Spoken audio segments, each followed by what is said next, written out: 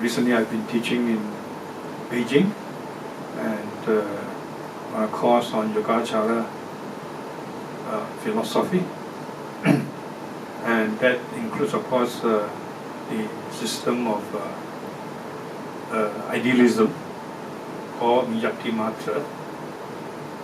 Anyway, at the initial stage, the thought system is not idealism as interpreted, as understood in the later development tradition of Yogācāra, but it's certainly a system that began to more emphatically emphasize the importance of our conditionings, conceptual conditioning, linguistic conditionings, controlling, governing our behavior. But it goes much more than that. It amounts to a kind of what is called by some Western scholar as Mahayana illusionism. So, 大乘一種幻象論。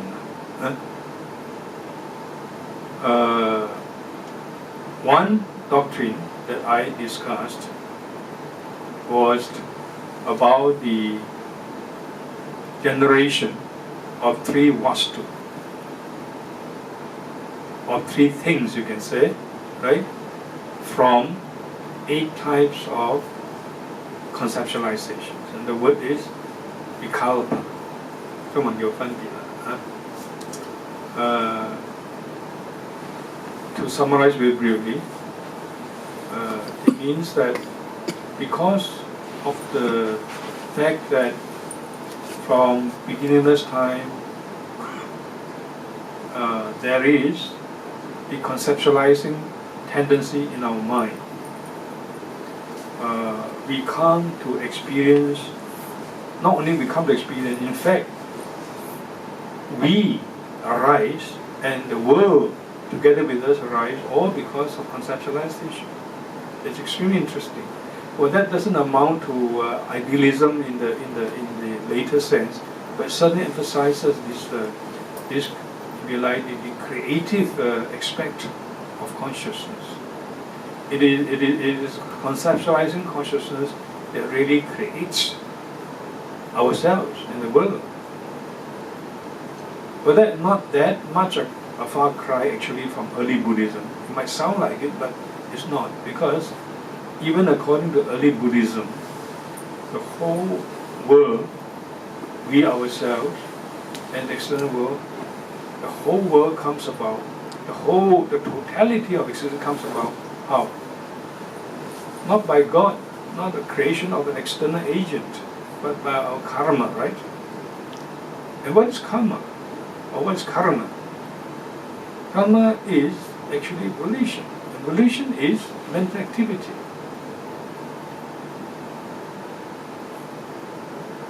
Is the conditioning activity.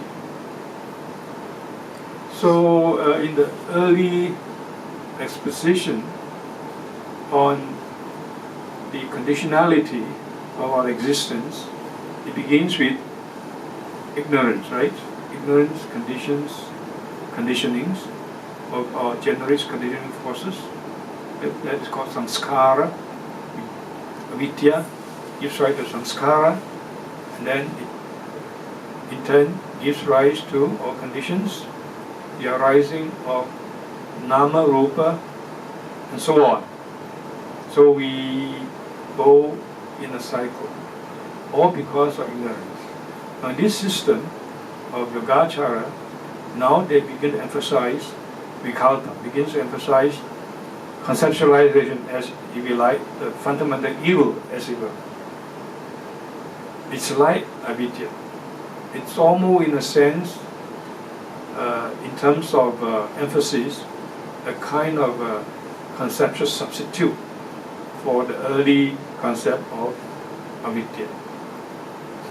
In as much as now it emphasizes that the world, including ourselves and external, or the external universe, comes about from conceptualization. And ignorance, of course, is assumed, but certainly it's not emphasized now. Anyway, when I was teaching this, and it reminded me of the whole question, the whole problem today in our society. We have many problems.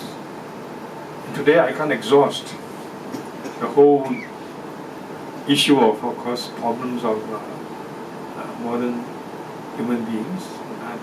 I'm probably not even capable of doing it, but there is one aspect I want to share with you,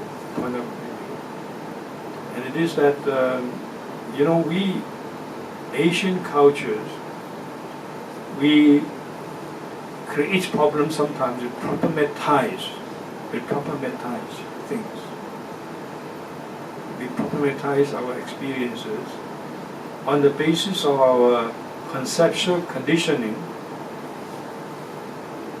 Now I'm not talking about metaphysics, in spite of my starting point with the Yogācāra text, but I'm reminded of this problem of conceptual conditioning, which creates problem for us. So we Asians problematize unnecessarily. We create problem unnecessary for ourselves, right? As a result of unmindfully allowing ourselves to be conditioned by Western ideas, Western belief systems. We have to remember that Westerners have a different background, different culture, and different psychology. Of course, in that psychology, much is common to mankind in general, including the Asians, but certainly one part is unique to them. And as Buddhists, we can add one dimension, that is the karma dimension. They have their collective karma. We have our own collective karma. The way we behave, the way we react to things, what is right, what is wrong, what is acceptable, what is not acceptable, is based on, firstly, our own culture and our own upbringing, and also because our own collective karma as Asians, as Chinese, as Indians, and so on. But often, in fact, it has become a serious, I think it's become a serious situation that we forget this. We are not mindful about it. So if we just uncritically, without mindfulness, simply allow ourselves to be overwhelmed, to be conditioned by Western ideas, Western belief systems, and transpose them into our situations in an appropriate way, then we have problems. So at least I think one source of our problem in Asian society is because of this. And this is what I want to point out. This is actually a good example of conceptualization creating our existence, which includes, of course, our experiences. I was just telling you people just now in Chinese about one example where, in my experience in Sri Lanka, I was working at the earlier stage in a fishing village near the seaside, and that time I was just newly appointed as a senior lecturer, and I thought I want to make a vow to help, to contribute to the village, in a simple, humble, direct way. Of course, the salary I get was not at all,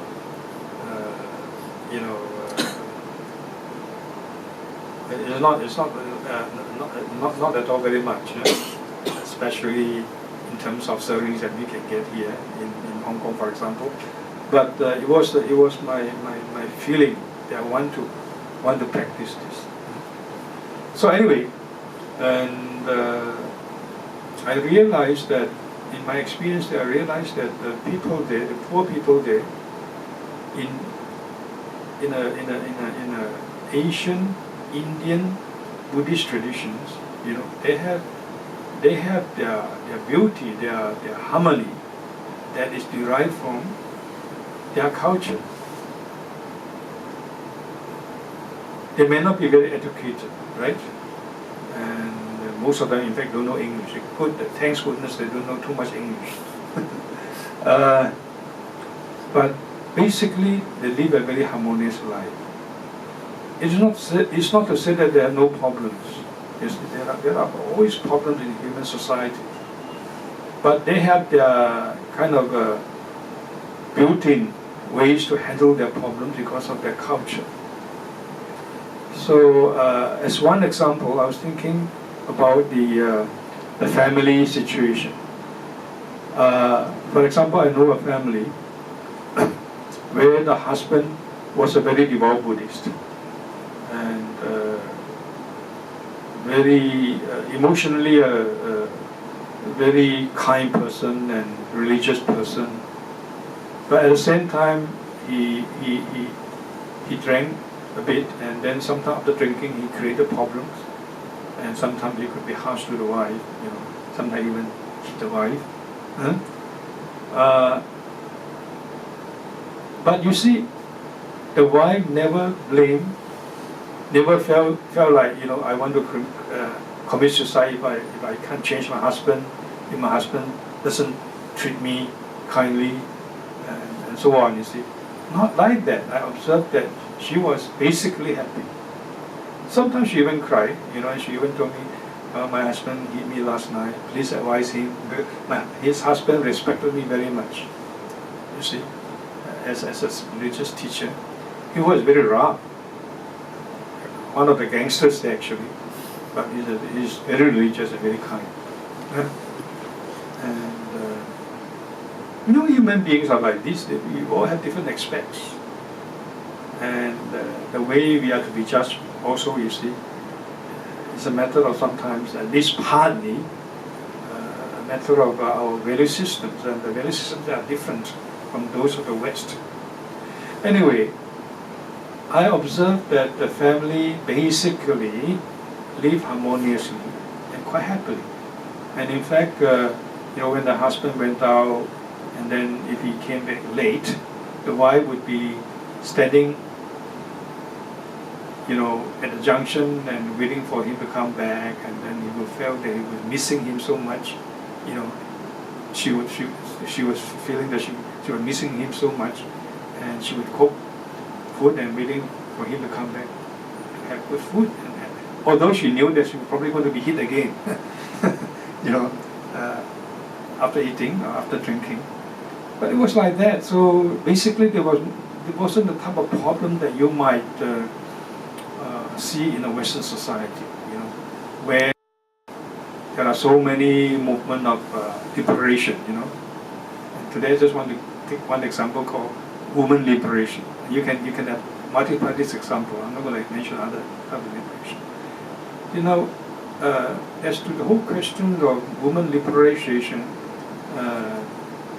of course, I don't object to it. I think there is a need indeed to be aware of the inequality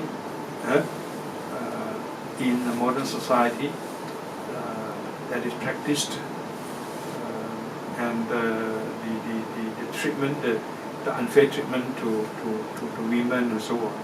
I think certainly women have the right, you know. But then if you fight for your right, taking your partner as enemies, you know, I think that creates more problem. Well, you know, I for example, I think I was reminded of my experience in the West when I was a university student, and we knew one family of a professor, and the professor, his wife, and his 2 children. In fact, I was living with the children at that time, and quite well, actually, very closely. And they were over-conscious about this whole idea of woman liberation. And actually, the husband and wife, they love each other very much. But because of this whole concept of women liberation, there came to be a lot of tension as we slowly observe this. For example, the wife will say, I'm not going to wash the dishes today because the husband should do it. Why should I do it? Why should I go to the kitchen every week? And 3 days must be done by him. 3 or 4 days, I have to do it. That kind of mentality. If she feels that she has to do 1 more day, she'll be resented it. So that kind of, seeking for equality, from each other points of view in a very self-centered way, and treating your partner like as if he is the opposite who threatens you, it's a real pity. It only creates more problem. But in the back to the family that I saw in the fishing village, in the Asian society, these things would not basically become problem. They become problem if they are very educated. They are over English educated, I must say. In ancient, like whether it's in the Chinese or Indian tradition, the wife happily serves the husband. And the husband also loves the wife that way, and that actually the husband appreciates it. If he doesn't, that is a fault on his part, of course. But in the culture, at least in the good part of it, the husband appreciates the wife, and the wife doesn't complain and thinks that if she has a chance to serve the husband, she feels happy. If she cannot serve, she feels something important in her life is missing in the relationship. So, I think if equality is sought for within this total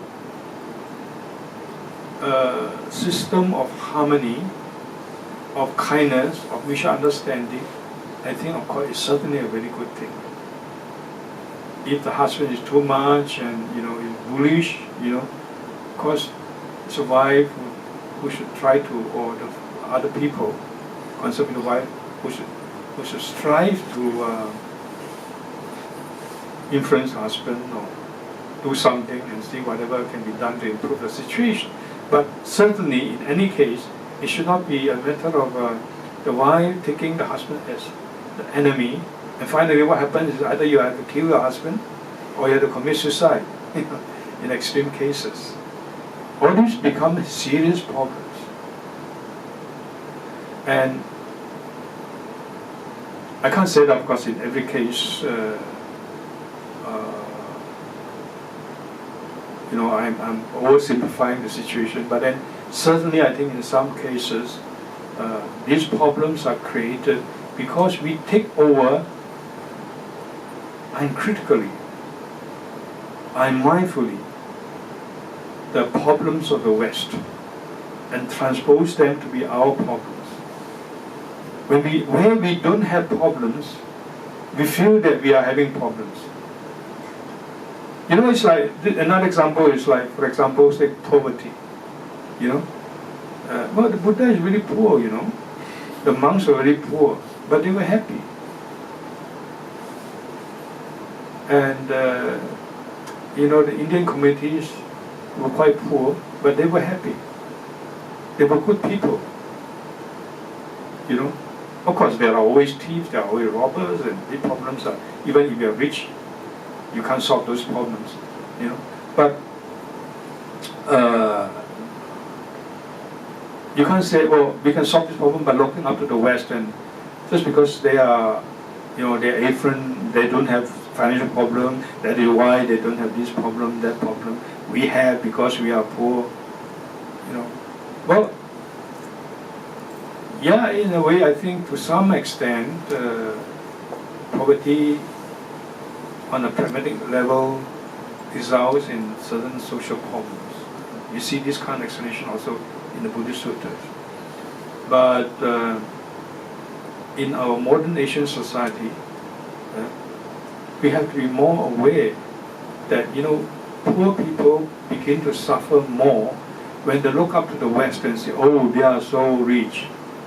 I must go there, I must be like them, I want to earn money, otherwise I'm going to suffer. They don't suffer because they already have money. If we think like that, you see, at that time we begin to have problems. So we create problems for ourselves by blindly, unconsciously being influenced by the conceptualizations of the West, value system of the West. What I mean is there are built-in ways to achieve harmony, where things go out of this harmony and become non-harmonious. And there are ways in the Buddhist system, in the Asian system, in the Chinese system, in the Indian system, to try to restore back to harmony. Certainly it's not so easier said than done, that's true, but then this is a fact. The fact is that our culture, our background, even our karmic background are different. And when we try to blindly copy a different system, and usually we are not even aware of it, because when we are English educated, we look around, we feel like everything we are doing here, experiencing here, we are suffering. So many suffering come about. So, to simplify, let's say, it's the serious fact that Asians problematize, Asians create problems at least partly because of their uncritical, of their unconscious submission to Western conditioning. And this has become a very negative source of conceptualization that creates our experience, our unhappy negative experiences. So I think we have to be aware of it. And once we accept this, our culture is different. My feelings are different as an Asian or as an Indian. Then you can reduce a lot of unnecessary frustration, and you don't see things as being problems. Like the example of that the fisherman's wife. She didn't see it. She didn't experience those things as problems. Well, she experienced hardship. Sometimes she felt unhappy, and she was hit by the husband. That's natural. But basically, she wanted, unless of course things went too far. Basically, she could accept it, and she wanted to live happily with the husband. And she knew that actually the husband loved her in her heart. There are many situations like that. For example, children, if you take the Western model, Western system, and just simply copy them, you have a lot of problems. So children can begin to fight, begin to hate their parents, or disciples begin to hate their teacher, the guru, for example. We look at the West and say, they are not like that, and if you are like this, then it's a problem, it's wrong. It's wrong, right, problem, not problem, at least partly do not have to be so in our system. I think we have to be aware of it. If not, we just create a lot of problems unnecessary. For example, a teacher or a parent can be quite strict to a child in the Eastern culture, but the teacher or the parents at the same time can be very kind. And that kindness in their culture is felt, is appreciated by the children. So there's no problem there. there can be difficult time, difficult situation, but basically there's no problem in the fundamental way, and you don't fall out of harmony in that way.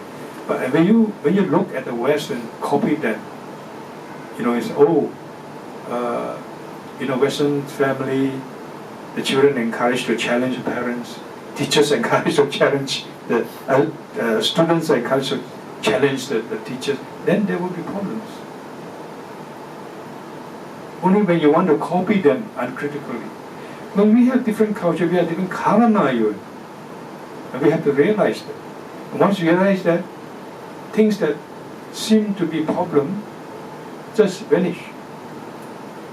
Or at least suddenly, this kind of so-called problem in the situation become appreciated, understood from a different perspective. And if you want to solve problem, this is one way. I don't say this is the only way, or don't say this is the way, but this is certainly an important way. Come back to our own perspective, and to be aware that we mustn't be dominantly influenced by Western conditioning, Western kind of conceptualization. Our world is a world created by our conceptualization. A world of experiences is a world created by our conceptualization, and we have to be aware of that.